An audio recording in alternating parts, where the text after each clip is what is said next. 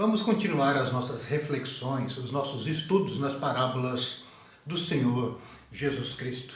Gostaria de te convidar, se a tua Bíblia está aí ao teu alcance, que você abra no Evangelho de Mateus, no capítulo 25, a partir do primeiro versículo. Nós vamos falar um pouquinho hoje a respeito da parábola das 10 virgens, que está lá no Evangelho de Mateus, no capítulo 25, que eu já comentei com vocês, dos versículos 1 a 13. Eu vou fazer essa leitura. Você acompanha essa leitura e na sequência nós vamos conversar um pouquinho e tirar ensinamentos práticos para a nossa vida cristã. A palavra do Senhor diz assim: O reino do céu será, pois, semelhante a 10 virgens que pegaram suas candeias e saíram para encontrar-se com o noivo. 5 delas eram insensatas e 5 eram prudentes. As insensatas pegaram suas candeias, mas não levaram óleo. As prudentes, porém, levaram óleo em vasilhas junto às suas candeias. O noivo demorou a chegar e todas ficaram com sono e adormeceram. À meia-noite ouviu-se um grito: o noivo se aproxima, saiam para encontrá-lo. Então, todas as virgens acordaram e prepararam suas candeias. As insensatas disseram às prudentes: dê-nos um pouco do seu óleo, pois as nossas candeias estão se apagando. Elas responderam: não, pois pode ser que não haja o suficiente para nós e para vocês. Vão comprar óleo para vocês. E saindo elas para comprar o óleo, chegou o noivo. As virgens que estavam preparadas entraram com ele para o banquete nupcial. E a porta foi fechada. Mais tarde vieram também as outras e disseram: Senhor, Senhor, abra a porta para nós. Mas ele respondeu: a verdade é que não as conheço. Portanto, vigiem, porque vocês não sabem o dia nem a hora. Esta é a parábola que o Senhor Jesus conta ali para os seus discípulos e que nós vamos refletir hoje um pouquinho. Bom, essa parábola, Jesus inicia dizendo que o reino dos céus, o reino de Deus, ele é semelhante a essas 10 virgens. E aqui ele vai colocar 2 grupos de virgens. Primeiro vamos explicar isso. Quem são essas 10 virgens? Bom, o casamento naquela época, ele acontecia muito cedo, muito cedo. Então, as pequenas adolescentes ali, a partir dos 12, 13 anos, já eram feitos contratos de casamento. Então já era estabelecido o casamento, e aí então o noivo deveria pagar o dote por essa moça, pela sua amada, para ser a sua esposa. Enquanto ele não pagasse, ele não poderia tê-la como esposa, como sua mulher, de uma forma definitiva e completa. E essas outras, que são as damas de honra, essas virgens, eram damas de honra, também adolescentes, são chamadas de virgens aqui porque eram moças também adolescentes que ainda não tinham casadas. E qual era a função delas? Era preparar a noiva para a chegada do noivo e acompanhar esta noiva no cortejo, agora junto do noivo, até o local onde iriam celebrar o casamento, a união agora deste homem e desta mulher. É importante ressaltarmos aqui que nesta parábola a noiva, ela não é citada e ela não é o centro das atenções. Então nós precisamos compreender que muitas vezes a noiva é colocada como a igreja, que é a noiva de Cristo. Aquilo não é citada a noiva. Então nós não podemos forçar interpretações, tá certo? Algumas pessoas querem dizer, bom, a noiva é a igreja, as amigas aqui é Israel, e dentro de Israel tem os bons e os ruins. Não é isso, tá certo? O pessoal da linha dispensacionalista gosta muito de falar isso, que essa é uma parábola para Israel, porque a igreja é a noiva, mas Israel vem como os amigos do noivo e da noiva. Não é isso, não é isso, tá certo? Então você não pode forçar uma interpretação nesse texto. Mas vamos continuar então. Então essas 10 moças, essas damas de honra, elas estão ali e a função delas é honrar ao noivo, preparando a noiva e acompanhando a noiva no cortejo, depois no acompanhar no encontro com o noivo e depois junto com o noivo ir para o local de celebração e de festa da união do homem e da mulher aí na presença de Deus. Tá certo? Então a gente vê aí, o texto fala que 5 eram prudentes e 5 eram insensatas. Então as prudentes, elas levaram as candeias delas, né, as lamparinas e também uma reserva de óleo. Você tem que lembrar que naquela época não tinha energia elétrica, nem farolete, tá certo? Então dentro das casas eles usavam as lamparinas, que você colocava o óleo e acendia. Mas essas lamparinas, as lamparinas daquela época eram muito frágeis e o vento apagava. Então, para usar fora de casa, num cortejo, não era indicado. Então, quando a gente lê aqui nesse texto, a gente tem que entender o contexto daquela época. Como que era, então, essas candeias aqui, na verdade? Isso aqui, numa linguagem mais para a gente entender hoje, é como se fossem tochas, porque aquelas pequenas lamparinas apagavam. Então, para cortejos, eles utilizavam um pedaço de pau, na ponta tecido enrolado, e esse tecido era embebido, era mergulhado no óleo e aí acendido. E de cada 15 minutos tinha que embeber, molhar novamente no óleo, porque senão queimava o pano, queimava o tecido e a tocha se apagava. Então as prudentes, elas foram lá para cuidar da noiva, e ainda é dia, e elas estão preparando a noiva, estão numa correria, elas não estão paradas. Elas estão trabalhando, porque a elas foi entregue uma missão. Elas vão honrar o noivo preparando a noiva. E aí elas estão trabalhando, preparando o vestido, preparando o cabelo, enfeitando, preparando tudo que deve ser preparado para o encontro do noivo, o dia da honra do noivo e da noiva. Tá certo? Então as prudentes, elas prepararam. Elas pegaram sua tocha, embeberam no óleo, acenderam a chama, deixaram lá já preparada, acesa, e levaram um tanto extra de óleo, porque a cada 15 minutos elas tinham que embeber aqueles panos no óleo novamente para manter a tocha acesa. Mas as imprudentes, elas não se preocuparam muito. Parece que elas não levaram muito a sério a missão de honrar o noivo no seu dia especial, no seu dia de glória. Elas simplesmente acenderam a sua tocha e foram. Parece que não estavam muito preocupadas com a missão, com o trabalho que lhes foi entregue de honrar o noivo, de preparar o que deve ser preparado para o dia da honra e da glória do noivo. Mas aí então elas estão naquele trabalho, naquela correria, as 10 moças, e é importante você lembrar que no texto as 10 são colocadas como sendo virgens, ou seja, aos olhos dos homens, ao olho das pessoas, as 10 eram exatamente iguais.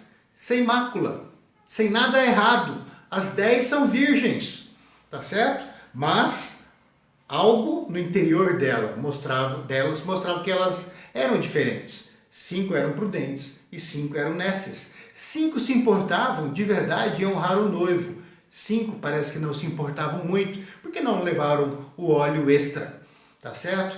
Então, elas estão trabalhando na correria, estão cansadas, e aí as 10 adormecem.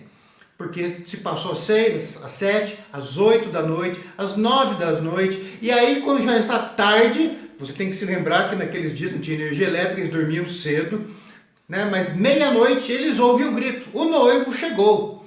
E aí a noiva tem que estar preparada, aquelas 10 damas de honra têm que estar preparadas com a chama acesa para caminhar no cortejo com o noivo, encontrar o noivo e caminhar com o noivo até o local da festa, quando o noivo vai ser honrado em seu casamento com a sua amada. Mas, quando elas escutam a voz, as 10 acordam atordoadas assim, chegou a hora, o noivo está aí. E aí? As prudentes estão ali com a sua tocha, vamos chamar assim de tocha, fica mais fácil a gente entender, a sua tocha acesa, olham ali, opa, tem o azeite, tem o óleo reserva aqui. Dão mais uma molhadinha na tocha ali, no tecido, para que a chama brilhe, porque é meia-noite, e elas vão caminhar ao encontro. Aí as imprudentes, elas olham, o fogo está quase apagando. E elas, meu Deus, acordam. Nós não nos preparamos para isso, nós não temos o óleo reserva. E aí elas pedem para as outras que são prudentes que emprestem um pouquinho, dê um pouquinho do óleo. Elas falam, não, esse óleo é suficiente para a gente, mas se a gente dividir com vocês, tanto vocês quanto nós vamos ficar sem o óleo. E aí, o que elas são aconselhadas a fazer? Aí comprar o óleo com quem vende. Imagina, naquela época não tinha mercado, não tem nada, desespero para procurar em alguma casa ali da redondeza alguém que pudesse dar um pouquinho de óleo para que elas carregassem e acompanhar a noiva até o encontro do noivo e depois caminhar para o local da festa de celebração, onde o noivo seria honrado no seu dia de glória. Mas elas saem desesperadas e quando elas voltam, o cortejo já tinha ido, a noiva já tinha encontrado o noivo com as suas outras 5 damas de honra que eram prudentes, que se importavam com aquele dia de glória do noivo. E aí então elas chegam e batem na porta e querem entrar de qualquer jeito. Olha, nós encontramos o óleo, nós estamos aqui. Mas o noivo não abre a porta e fala assim, não, na verdade, eu não conheço vocês. Na verdade, eu não conheço vocês. Era tradição naqueles dias, você tem que compreender isso. Quem não acompanhasse o cortejo é porque não queria, não se importava em honrar o noivo. Se você não está preparado para parar tudo, naquele momento de glória do noivo, parar tudo e colocar o noivo em primeiro lugar e caminhar em direção a ele, depois com ele até o local onde ele vai ser honrado, você também não vai entrar depois quando a porta for fechada. Ou seja, você tem que se preocupar antes com a glória dele, para que você possa provar do momento de glória dele, com ele, na presença dele.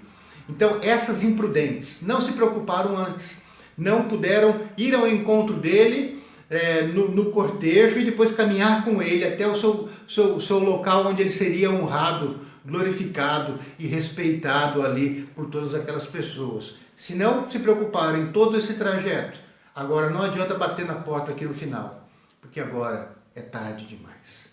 O que essa parábola está querendo nos ensinar? Vamos conversar um pouquinho agora, trazer para a gente.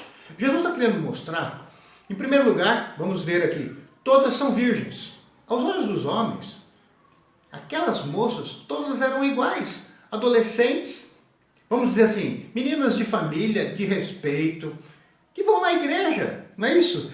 Né? São religiosas até, certo? Ouviram falar de Deus, não é? Dizem honrar Deus, crer em Deus, mas dentro do coração daquelas 10, 5 realmente se importavam em honrar Jesus. E outras 5, não se importavam. Não buscavam isso. Até faziam algumas coisas que eram dadas a elas, mas o coração não estava lá. Aquilo não era prioridade, aquilo não era importante. Elas simplesmente fizeram porque, de certa forma, é o que elas deveriam fazer, foi dito que elas deveriam fazer, e elas fizeram, mas não se preocupavam em honrar o noivo, honrar Jesus, não se preocupavam em honrar o Filho de Deus na sua vida aqui, enquanto aguarda a vinda dele gloriosa. Então, veja bem, o que Jesus está dizendo, ele não está falando, o pessoal que está fora da igreja, que não presta, que isso, que vai para o inferno, ele está dizendo, não, ele está trabalhando, olha, pessoas boas, aos olhos dos homens, as pessoas são iguais, você não vê diferença. Mas Deus vê o coração.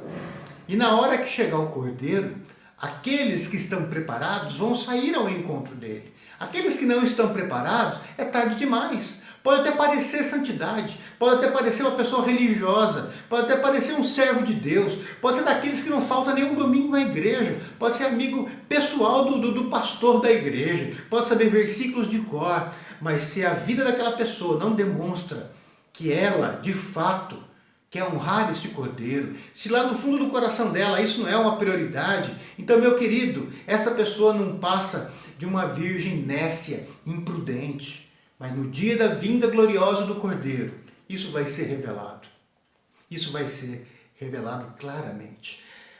O problema aqui, então, é que aquelas virgens, apesar, vamos dizer assim, ser religiosas, tudo bonitinho, tudo certinho, mas a fé delas era uma fé irresponsável e descomprometida. O noivo, naquele momento, não era tão importante assim para elas, e por elas não se importarem tanto, a honra do noivo do seu momento de glória também não era tão importante para elas. E esse descomprometimento, isso daí fica bem claro na falta do óleo. Ela não se preocupou e falou assim, poxa, ele pode vir à noite, então é melhor eu levar um óleo extra. É melhor eu levar um óleo. Não se importou em se preparar, em dedicar a vida para honrar aquele noivo. A falta do óleo, a falta do compromisso, a falta de interesse, a falta de priorizar aquele momento do noivo, de Jesus Cristo, da vinda do noivo. Isso não foi prioridade, eles tinham outras prioridades. Vai lá fazendo as coisinhas mais ou menos, certo? Vai na igreja e faz mais ou menos, pega um ministério e faz mais ou menos, mas as coisas da vida são muito mais importantes. Aparentemente não faz nada de errado. É uma pessoa que enche a cara, que vai ficar doidão usando droga, que vai adulterar, que vai matar, que vai roubar. Não é nada disso. Aparentemente é uma pessoa boa. Só que o noivo e a glória do noivo não é prioridade. Não é prioridade.